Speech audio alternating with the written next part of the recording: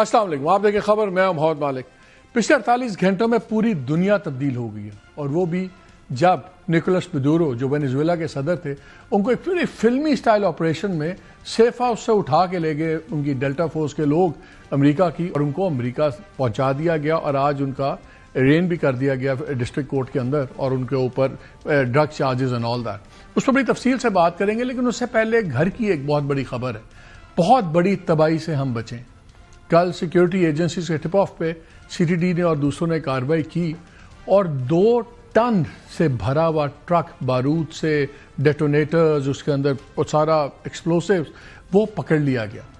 4-5 لوگ تھے، 3-4 بھاگ گئے، 1 گرفتار ہو گیا۔ لیکن اگر خدا نخواستہ یہ 2000 کلو گرام کا ٹرک کہیں پہ بھی پھٹتا تو شاید سینکڑوں وات ہوتی اور بہت زیادہ تباہی ہوتی۔ سو آل کریڈٹ، نا وی ہوپ کہ جو ایک بندہ پکڑا ہوا ہے، اور میری اطلاع یہ ہے کہ شاید اس پہ کل سیکیورٹی ایجنسیز کی طرف سے بھی ایک بڑی پریس کانفرنس بھی ہو جائے، مگر یہ ایک بہت بڑا ایک بچاؤ ہوا ہے، اور جتنا بھی تعریف کی جائے کم ہے، اور نظر آ رہا ہے آلریڈی ٹریسز کلیئر ہیں کہ یہ بھی انڈیا سپانسرڈ ہے، اور انہی کا لنک اپ نکلا ہے۔ جو ایک بندہ پکڑا ہے اس سے بھی تفتیش شروع ہو گئی ہے، اور ہم پہلے ہی سب کو پتا تھا کہ انڈیا نے جو ذلت آمیز شکست کھائی ہے، اس کے بعد اب انڈیا یہی وارداتیں زیادہ بڑھائے گا، اور مودی کے پاس آپشن نہیں ہے سوائے اس کے کہ جو کام وہ ڈائریکٹلی نہیں کر سکا تباہی کے، وہ اس طرح کرے۔ بہرحال we all have to deal with it. اب آ جاتے ہیں مڈورو کی طرف۔ یہ کیوں اتنا بڑا واقعہ ہے؟ اس لیے، اور یہ انٹرسٹنگ چیز یہ ہے کہ ایگزیکٹلی 35 سال پہلے ہی جنوری 3 کو پیناما کا جو اسٹرانگ مین تھا نوریگا، اس کو امریکنوں نے اٹھایا تھا۔ انویژن ہوئی تھی پیناما کی، اس پہ بھی ڈرگ لانڈرنگ اور یہ سارے چارجز تھے، اس کو اٹھا لیا 30 جنوری 1990۔ اب 3 جنوری کو ہی مڈورو کو اٹھایا گیا ہے، اس پہ بھی وہی چارجز ہیں، ڈرگ چارجز ہوئے۔ اور لیکن مڈورو ہے کیوں اتنا امپورٹنٹ ہے؟ بیکاز یہ ایک سرجیکل سٹرائک کر کے ایک ہیڈ آف سٹیٹ کو اٹھایا گیا ہے، اور لیکن امریکنوں کا وہی سٹانس ہے جو نوریگا کی باری تھا کہ ہمارے قانون میں اجازت ہے، ہم کہیں سے بھی اپنے انیمی آف امریکہ کو اٹھا سکتے ہیں، اور اس پہ جو یو این والا پریزیڈینشیل امیونٹی وغیرہ وہ اپلائی نہیں ہوتا۔ مڈورو ہے کون؟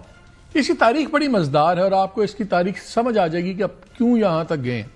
یہ ایک بس ڈرائیور ہوتا تھا، ایک بس ڈرائیور تھا، اور کراکس میں، اور یونین کا ممبر بھی تھا، وہاں سے یہ بنا۔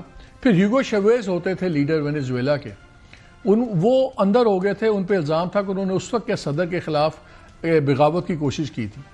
یہ ان کی رہائی کی موومنٹ میں کافی مڈورو ایکٹیو تھا۔ پھر جب شیویز باہر نکلے تو مڈورو نے مل کے ساتھ ان کے ساتھ 5th ریپبلک پارٹی جو تھی وہ ان کے ساتھ بنائی، اور ان کے بڑے خاص سپورٹرز تھے۔ اس کے بعد جیسے جیسے شیویز کا ستارہ چڑھا پالیٹکس میں، ان کا بھی چڑھتا گیا۔ یہ الیکٹ ہو گئے، ان کی نیشنل جو کانسٹیٹیوٹ اسمبلی تھی اس کے ممبر بنے، پھر یہ اس کی گورنمنٹ میں speaker of the national assembly بھی رہے، پھر یہ فارن منسٹر رہے اس کے۔ اکتوبر 2012 میں ان کو وائس پریزیڈنٹ بنا دیا شیویز نے۔ پھر 2013 کے اندر 2012 دسمبر میں وہ کینسر سرجری کے لیے گئے، تو وہ اس کو وائس پریزیڈنٹ بنا کے، اور اب انہوں نے کہہ دیا میرے بعد اگر کچھ ہوا تو یہی ہوں گے۔ وہ فوت ہو گئے مارچ میں، تو یہ پہلی باری پریزیڈنٹ بن گئے۔ اس کے بعد پھر کافی لمبا سلسلہ، کتنے الیکشنز، پہلا الیکشن تو ٹھیک جیتے، اس کے بعد رگ کرنے شروع ہو گئے الیکشنز، 2014 میں بھی ہو گیا۔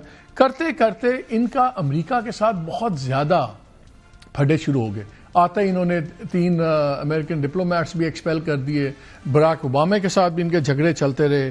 پھر سب سے انٹرسٹنگ بات یہ ہے کہ امریکہ سے اتنے ان کے جھگڑے چلتے رہے کہ 2017 میں ان کے ساتھ سینکشنز بھی لگا دی امریکہ نے کہ ان کے ساتھ کوئی کاروبار نہیں کرے گا، کسی قسم کی ڈیلنگ نہیں ہوگی۔ پھر 2018 میں نیو یارک ٹائمز کی ایک رپورٹ چھپی جس میں بتایا گیا کہ سیکرٹ میٹنگ شروع ہو گئی ہیں CIA کے درمیان میں اور ان کے آرمی جنرلز کے درمیان میں بھی، کہ کس طرح مڈورو کو ہٹایا جائے گا پاور سے۔ پھر سینکشنز اس کے بعد لگتی گئیں۔ پھر 2018 میں انہوں نے UN جنرل اسمبلی میں ہی بڑا سخت رویہ لیا۔ پھر فار دا ٹائم آف پاسٹی، پھر جو آخری الیکشن تھا 2018 کا، اس میں میسو ریگنگ کی، ساتھ ہی UN کی رپورٹس بھی ان پہ بنتی گئیں کہ جس میں میسو ہیومن رائٹس وائلیشنز ہیں، اور یہ خطہ جو ایک زمانے میں بہت امیر خطہ ملک تھا، اس کے عام لوگ غریب سے غریب تر ہوتے گئے۔ لیکن سب سے بڑی چیز کیا ہے؟ سب سے بڑی چیز یہ ہے کہ وینزویلا دنیا کا سب سے بڑا آئل پروڈیوسنگ کنٹری ہے، سعودی عربیہ سے بڑا۔ اس کے 303 بلین بیرل کے پروون ریزروز ہیں، سعودی عربیہ کے 267 ہیں۔ صرف گولڈ ریزروز اس کے 20 ارب ڈالر کے ہیں، اور اس نے کہا ٹرمپ نے کہ ہم اب امریکہ نہیں سنبھال لیں گے آئل اور اس کا، اور ایک دن میں، صرف ایک دن میں جتنی امریکن آئل کمپنیز ہیں ان کا $100 بلین کی ویلیو کا اضافہ ہو گیا ان کی، تو سب کو پتا ہے امریکہ نے جا کے وہاں کام کرنا ہے۔ شیورون جو سب سے بڑی کمپنی ہے جو وہاں کام کر رہی تھی وینزویلا میں، ایک دن میں 11% اس کا شیئر بڑھا۔ اب امریکہ کے پاس سب سے بڑا ریزرو ہے کنٹرول میں اس کے، چائنا 68% اس کا تیل چائنا کو جاتا تھا، تو اب چائنا کے اوپر بھی ایک سکرو ٹائٹ کرنے کا اس کے چیز میں ہاتھ آ گئی بھی، اور جس طرح سب کچھ ہوا آپ کو نظر آ رہا ہے کہ ملی بھگت تھی، لوکل لوگ بھی ملے ہوئے تھے، تو ایک پورا ایک ڈرامہ ہوا اور ایک نیا رول بن گیا دنیا میں، مائٹ از رائٹ، کہ جو امریکہ بہادر چاہے گا وہی ہوگا، اور وہ اب ہو رہا ہے۔ اس کے علاوہ انہوں نے اور بھی ملکوں کو دھمکیاں دینی شروع کر دی ہیں۔ اس تناظر میں ذرا بات کر ہم سمجھ